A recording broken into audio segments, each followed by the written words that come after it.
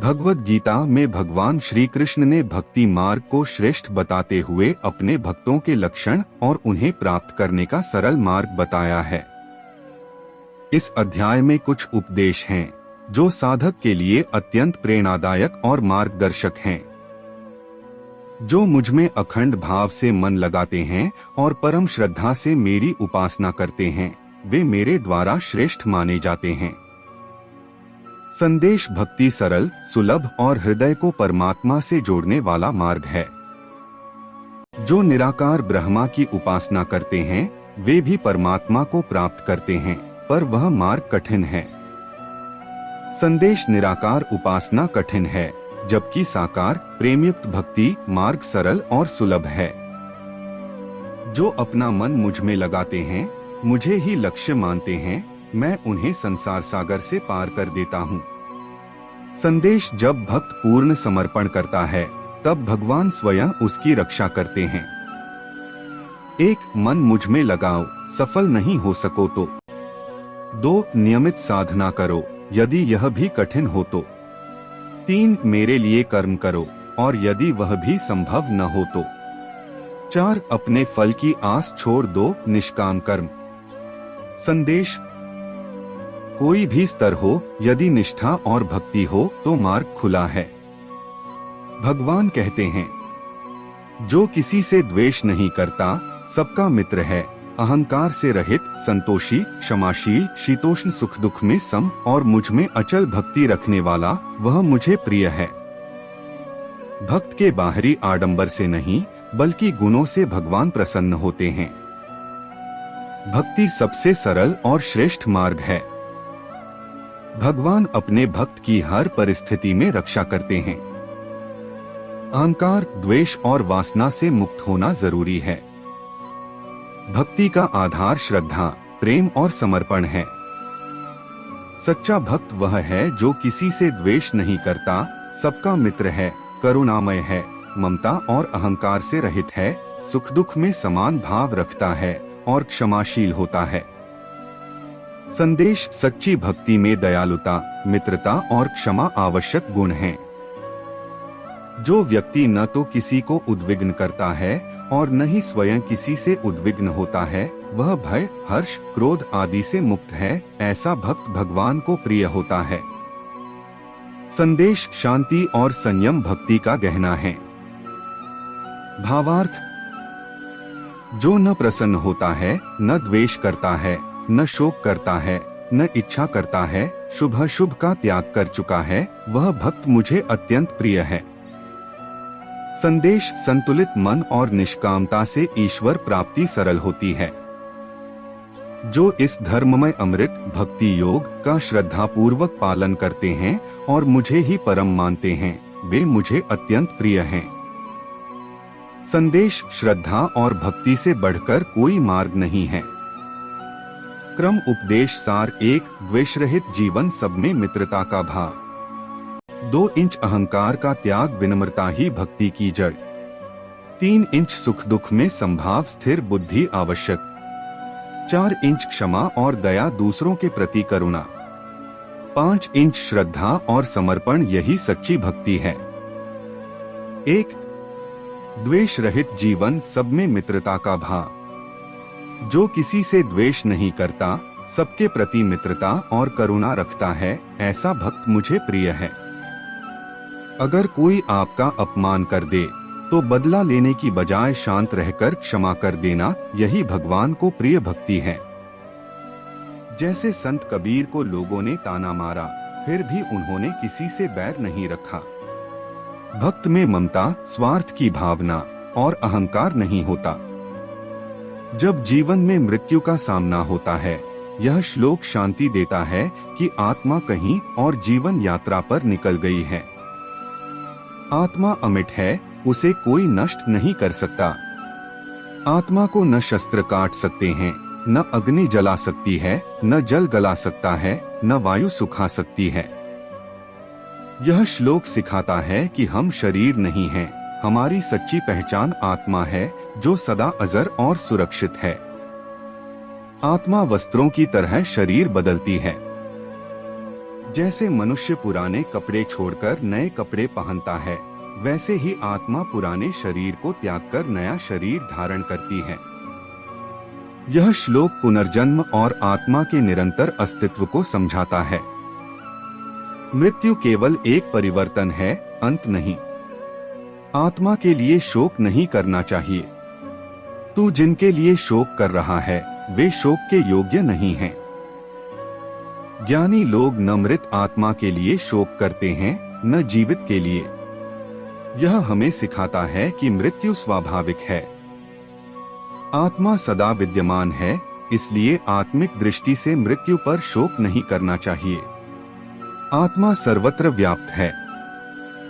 जो आत्मा इस सारे ब्रह्मांड में व्याप्त है वह अविनाशी है। उसका विनाश कोई नहीं कर सकता। यह श्लोक बताता है कि आत्मा केवल शरीर तक सीमित नहीं, वह सब में समान रूप से विद्यमान है। यही एकता का सत्य है। हम शरीर नहीं, आत्मा हैं। शरीर नश्वर है, आत्मा अमर है। इस सत्य को जान लेने से भय, मोह और मृत्यु का दुख समाप्त हो जाता है। भगवद गीता आत्मा को पहचानने की विज्ञानपूर्ण और आध्यात्मिक शिक्षा देती है। आत्मा पर आधारित ध्यान प्रवचन सामग्री दे सकता हूँ। अगली बार भक्ति, मन या सफलता पर श्लोकों का संकलन भेज सकता हूँ। 1. कर्म में दक्षता ही सफलता है।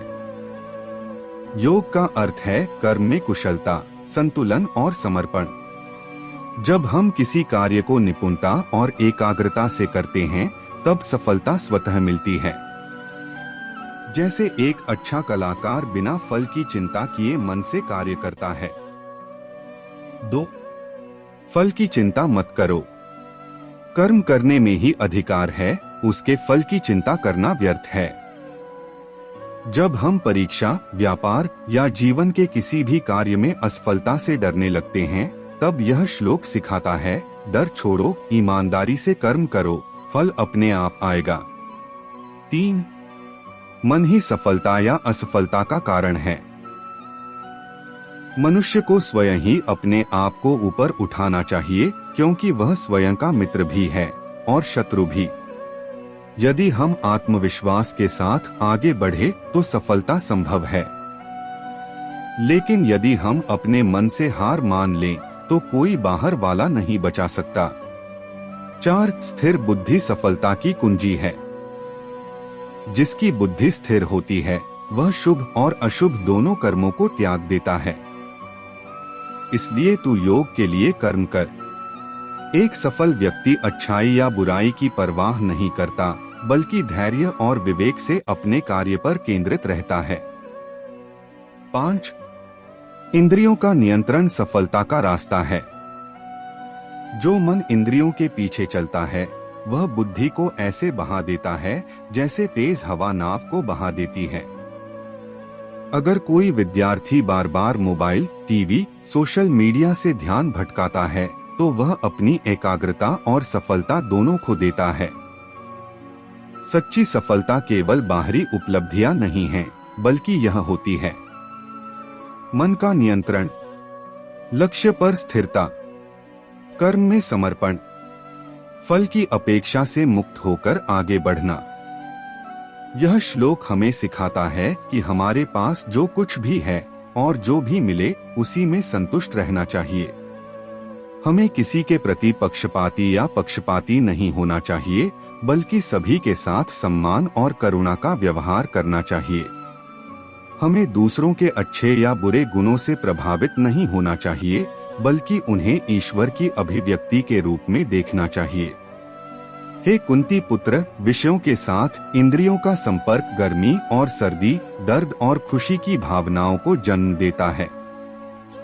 वे क्षणभंगुर और अनित्य हैं, इसलिए हे अर्जुन, उन्हें सहन करो। यह श्लोक हमें जीवन के द्वंद्वों के प्रति सहनशील होना सिखाता है। हमें सुखों से आसक्त नहीं होना चाहिए और न ही उन दुखों से विमुख होना चाहिए जिन्हें हम अपनी इंद्रियों के माध्यम से अनुभव करते हैं। वे अस्थायी और क्षणभंगुर हैं, वे ऋतुओं की तरह आते हैं और चले जाते हैं। हमें सभी परिस्थितियों में शांत और संयमित रहना चाहिए और उन्हें अपने मन की शांति को भंग नहीं करने देना चाहिए। उसे हथियार नहीं काट सकते, न आग उसे जला सकती है, पानी उसे गीला नहीं कर सकता, न ही हवा उसे सुखा सकती है। यह श्लोक हमें अमर और अविनाशी आत्मा के रूप में अपने वास्तविक स्वरूप को जानना सिखाता है। आत्मा कोई शरीर नहीं है जिसे भौतिक तत्वों द्वारा हानि पहुंचाई जा सके, न ही यह मन है जो मानसिक अवस्थाओं से प्रभावित हो सकता है। आत्मा सभी संशोधनों और परिवर्तनों से परे है, यह शाश्वत और अपरिवर्तनीय है। हमें इसका एहसास करना चाहिए और स्वयं को स्वयं के साथ पहचानना चाहिए। सभी कर्तव्यों का त्याग करके केवल मेरी शरण लो, मैं तुम्हें सभी पापों से मुक्त कर दूंगा, शोक न करें। यह श्लोक हमें अपने आप को पूरी तरह से ईश्वर के प्रति समर्पित करना और मुक्ति के लिए उनकी कृपा प्राप्त करना सिखाता है। हमें अपने प्रयासों या गुणों पर नहीं, बल्कि उसकी दया और करुणा पर भरोसा करना चाहिए। हमें अपनी पिछली गलतियों या भविष्य के परिणामों के बारे में चिंता नहीं करनी चाहिए, बल्कि उसकी इच्छा और योजना पर भरोसा करना चाहिए। वह हमें सभी बंधनों और कष्टों से मुक्त करेगा और हमें आनंद की सर्वोच्च अवस्था प्रदान करेगा। सुख और दुख, लाभ और हानि, जय और पराजय को एक समान बनाकर युद्ध के लिए युद्ध में लग जाओ, इस प्रकार तुम्हें पाप नहीं लगेगा। यह श्लोक हमें जीवन की सभी परिस्थितियों में संभाव बनाए रखना सिखाता है। हमें अपने कार्यों के परिणामों से मोह नहीं रखना चाहिए, बल्कि अपना कर्तव्य ईमानदारी और समर्पण के साथ करने पर ध्यान केंद्रित करना चाहिए। ऐसा करने से हम कर्म बंधन से मुक्त हो जाएंगे और मानसिक शांति प्राप्त करेंगे। आपको अपना निर्धारित कर्तव्य निभाने का अधिकार है, लेकिन आप कर्म के फल के हकदार नहीं हैं। कभी भी अपने आप को अपनी गतिविधियों के परिणामों का कारण न समझें और कभी भी अपने कर्तव्य को न करने में संलग्न न हो। यह श्लोक हमें बिना किसी इनाम की उम्मीद या असफलता के डर के अपना कर्तव्य निभाना सिखाता है। हमें कर्मों के फल की इच्छा से प्रेरित नहीं होना चाहिए और न ही अकर्मण्यता में आसक्त होना चाहिए। हमें ईश्वर की इच्छा के साधन के रूप में कार्य करना चाहिए और परिणाम उसे समर्पित कर देना चाहिए।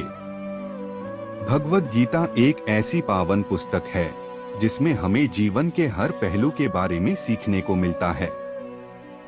इस पुस्तक में श्री कृष्ण ने अर्जुन को महाभारत के युद्ध के मैदान में जो उपदेश दिए, वो हमारे लिए भी उतने ही प्रासंगिक हैं। भगवद गीता में हमें समता, कर्म, निष्कामता, स्वनियंत्रण, संकल्प, प्रेम, संतोष, सहनशीलता, स्वपरिचय और मुक्ति के सूत्र मिलते हैं, जो हमें सुखी, संतुलित, समृद्ध, सकारात्मक, स्वस्थ, समर्पित, संतुष्ट, सहनशील, समझदार, स्वप्रकाशित और मुक्त करने में मदद करते हैं। सुख और दुख, लाभ और हानि, जय और पराजय को एक समान बनाकर युद्ध के लिए युद्ध में लग जाओ, इस प्रकार तुम्हें पाप नहीं लगेगा। यह श्लोक हमें जीवन की सभी परिस्थितियों में संभाव बनाए रखना सिखाता है। हमें अपने कार्यों के परिणामों से मोह नहीं रखना चाहिए, बल्कि अपना कर्तव्य ईमानदारी और समर्पण के साथ करने पर ध्यान केंद्रित करना चाहिए। ऐसा करने से हम कर्म बंधन से मुक्त हो जाएंगे और मानसिक शांति प्राप्त करेंगे। आपको अपना निर्धारित कर्तव्य निभाने का अधिकार है, लेकिन आप कर्म के फल के हकदार नहीं हैं। कभी भी अपने आप को अपनी गतिविधियों के परिणामों का कारण न समझें और कभी भी अपने कर्तव्य को न करने में संलग्न न हो। यह श्लोक हमें बिना किसी इनाम की उम्मीद या असफलता के डर के अपना कर्तव्य निभाना सिखाता है।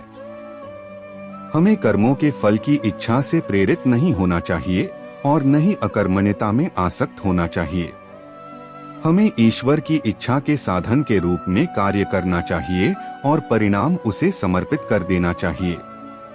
जो आसक्ति रहित है, जो किसी बात पर हर्ष या शोक नहीं करता, जिसने सभी संपत्तियों का त्याग कर दिया है। और जो केवल शरीर के निर्वाह के लिए कर्म करता है उसे कोई पाप नहीं लगता। यह श्लोक हमें सांसारिक वस्तुओं और भावनाओं से अलग होकर सरल और संतुष्ट जीवन जीने की शिक्षा देता है। हमें किसी भी चीज का लालच या स्वामित्व नहीं रखना चाहिए, न ही किसी चीज से उत्साहित या उदास होना चाहिए। हमें अपने कर्म केवल कर्तव्य के लिए करने चाहिए, न कि व्यक्तिगत लाभ या खुशी के लिए। इंद्रियों को शरीर से श्रेष्ठ कहा जाता है, मन इंद्रियों से श्रेष्ठ है, बुद्धि मन से श्रेष्ठ है, और जो बुद्धि से श्रेष्ठ है वही आत्म है। यह श्लोक हमें अपनी इंद्रियों, मन और बुद्धि को नियंत्रित करना और स्वयं के रूप में अपनी वास्तविक पहचान का एहसास करना सिखाता है। इंद्रियां संसार की वस्तुओं से आकर्षित होने के लिए प्रवृत्त होती हैं। मन भावनाओं और विचारों से परेशान रहता है, बुद्धि विचारों और विश्वासों से प्रभावित होती है। लेकिन आत्मा इन सब से परे है और आनंद और ज्ञान का स्रोत है। मानसिक प्रक्षेपण से उत्पन्न सभी इच्छाओं को त्याग दिया है और हर तरफ से सभी इंद्रियों को मन से रोक दिया है। यह श्लोक हमें अपने मन को नियंत्रित करके अपनी इच्छाओं पर विजय पाना सिखाता है। इच्छाएं हमारी कल्पना और अपेक्षाओं का उत्पाद हैं, जो हमारे पास जो है उससे असंतुष्ट होने और जो नहीं है उसके लिए तरसने का कारण बनती हैं। अपने मन को अतीत या भविष्य में भटकने से रोककर और वर्तमान क्षण पर ध्यान केंद्रित करके हम खुद को इच्छाओं के बंधन से मुक्त कर सकते हैं।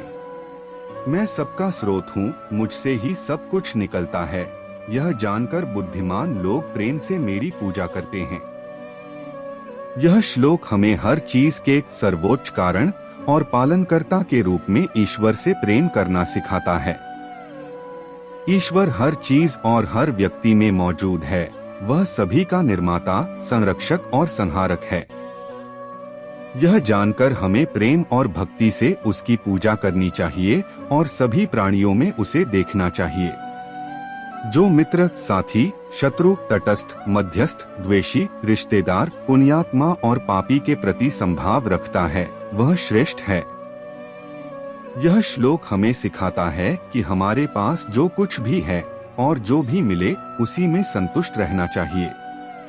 हमें किसी के प्रति पक्षपाती या पक्षपाती नहीं होना चाहिए, बल्कि सभी के साथ सम्मान और करुणा का व्यवहार करना चाहिए।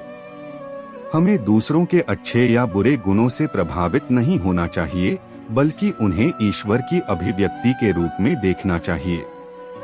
हे कुंती पुत्र, विषयों के साथ इंद्रियों का संपर्क गर्मी और सर्दी, दर्द और खुशी की भावनाओं को जन्म देता है। वे क्षणभंगुर और अनित्य हैं, इसलिए हे अर्जुन उन्हें सहन करो। यह श्लोक हमें जीवन के द्वंद्वों के प्रति सहनशील होना सिखाता है। हमें सुखों से आसक्त नहीं होना चाहिए और न ही उन दुखों से विमुख होना चाहिए जिन्हें हम अपनी इंद्रियों के माध्यम से अनुभव करते हैं। वे अस्थायी और क्षणभंगुर हैं, वे ऋतुओं की तरह आते हैं और चले जाते हैं। हमें सभी परिस्थितियों में शांत और संयमित रहना चाहिए और उन्हें अपने मन की शांति को भंग नहीं करने देना चाहिए। उसे हथियार नहीं काट सकते, न आग उसे जला सकती है, पानी उसे गीला नहीं कर सकता, न ही हवा उसे सुखा सकती है। यह श्लोक हमें अमर और अविनाशी आत्मा के रूप में अपने वास्तविक स्वरूप को जानना सिखाता है। आत्मा कोई शरीर नहीं है जिसे भौतिक तत्वों द्वारा हानि पहुंचाई जा सके, न ही यह मन है जो मानसिक अवस्थाओं से प्रभावित हो सकता है। आत्मा सभी संशोधनों और परिवर्तनों से परे है, यह शाश्वत और अपरिवर्तनीय है। हमें इसका एहसास करना चाहिए और स्वयं को स्वयं के साथ पहचानना चाहिए। सभी कर्तव्यों का त्याग करके केवल मेरी शरण लो, मैं तुम्हें सभी पापों से मुक्त कर दूंगा, शोक न करें। यह श्लोक हमें अपने आप को पूरी तरह से ईश्वर के प्रति समर्पित करना और मुक्ति के लिए उनकी कृपा प्राप्त करना सिखाता है। हमें अपने प्रयासों या गुणों पर नहीं बल्कि उसकी दया और करुणा पर भरोसा करना चाहिए। हमें अपनी पिछली गलतियों या भविष्य के परिणामों के बारे में चिंता नहीं करनी चाहिए, बल्कि उसकी इच्छा और योजना पर भरोसा करना चाहिए। वह हमें सभी बंधनों और कष्टों से मुक्त करेगा और हमें आनंद की सर्वोच्च अवस्था प्रदान करेगा। सुख और दुख, लाभ और हानि, जय और पराजय को एक समान बनाकर युद्ध के लिए युद्ध में लग जाओ, इस प्रकार तुम्हें पाप नहीं लगेगा। यह श्लोक हमें जीवन की सभी परिस्थितियों में संभाव बनाए रखना सिखाता है। हमें अपने कार्यों के परिणामों से मोह नहीं रखना चाहिए, बल्कि अपना कर्तव्य ईमानदारी और समर्पण के साथ करने पर ध्यान केंद्रित करना चाहिए। ऐसा करने से हम कर्म बंधन से मुक्त हो जाएंगे और मानसिक शांति प्राप्त करेंगे। आपको अपना निर्धारित कर्तव्य निभाने का अधिकार है, लेकिन आप कर्म के फल के हकदार नहीं हैं। कभी भी अपने आप को अपनी गतिविधियों के परिणामों का कारण न समझें और कभी भी अपने कर्तव्य को न करने में संलग्न न हो। यह श्लोक हमें बिना किसी इनाम की उम्मीद या असफलता के डर के अपना कर्तव्य निभाना सिखाता है। हमें कर्मों के फल की इच्छा से प्रेरित नहीं होना चाहिए और न ही अकर्मण्यता में आसक्त होना चाहिए। हमें ईश्वर की इच्छा के साधन के रूप में कार्य करना चाहिए और परिणाम उसे समर्पित कर देना चाहिए। जो आसक्ति रहित है, जो किसी बात पर हर्ष या शोक नहीं करता, जिसने सभी संपत्तियों का त्याग कर दिया है और जो केवल शरीर के निर्वाह के लिए कर्म करता है, उसे कोई पाप नहीं लगता। यह श्लोक हमें सांसारिक वस्तुओं और भावनाओं से अलग होकर सरल और संतुष्ट जीवन जीने की शिक्षा देता है। हमें किसी भी चीज का लालच या स्वामित्व नहीं रखना चाहिए, न ही किसी चीज से उत्साहित या उदास होना चाहिए। हमें अपने कर्म केवल कर्तव्य के लिए करने चाहिए, न कि व्यक्तिगत लाभ या खुशी के लिए। इंद्रियों को शरीर से श्रेष्ठ कहा जाता है, मन इंद्रियों से श्रेष्ठ है, बुद्धि मन से श्रेष्ठ है और जो बुद्धि से श्रेष्ठ है वही आत्मा है। यह श्लोक हमें अपनी इंद्रियों, मन और बुद्धि को नियंत्रित करना और स्वयं के रूप में अपनी वास्तविक पहचान का एहसास करना सिखाता है। इंद्रियां संसार की वस्तुओं से आकर्षित होने के लिए प्रवृत्त होती हैं। मन भावनाओं और विचारों से परेशान रहता है, बुद्धि विचारों और विश्वासों से प्रभावित होती है। लेकिन आत्मा इन सब से परे है और आनंद और ज्ञान का स्रोत है। मानसिक प्रक्षेपण से उत्पन्न सभी इच्छाओं को त्याग दिया है और हर तरफ से सभी इंद्रियों को मन से रोक दिया है। यह श्लोक हमें अपने मन को नियंत्रित करके अपनी इच्छाओं पर विजय पाना सिखाता है। इच्छाएं हमारी कल्पना और अपेक्षाओं का उत्पाद हैं, जो हमारे पास जो है उससे असंतुष्ट होने और जो नहीं है उसके लिए तरसने का कारण बनती हैं। अपने मन को अतीत या भविष्य में भटकने से रोककर और वर्तमान क्षण पर ध्यान केंद्रित करके हम खुद को इच्छाओं के बंधन से मुक्त कर सकते हैं। मैं सबका स्रोत हूँ, मुझसे ही सब कुछ निकलता है, यह जानकर बुद्धिमान लोग प्रेम से मेरी पूजा करते हैं।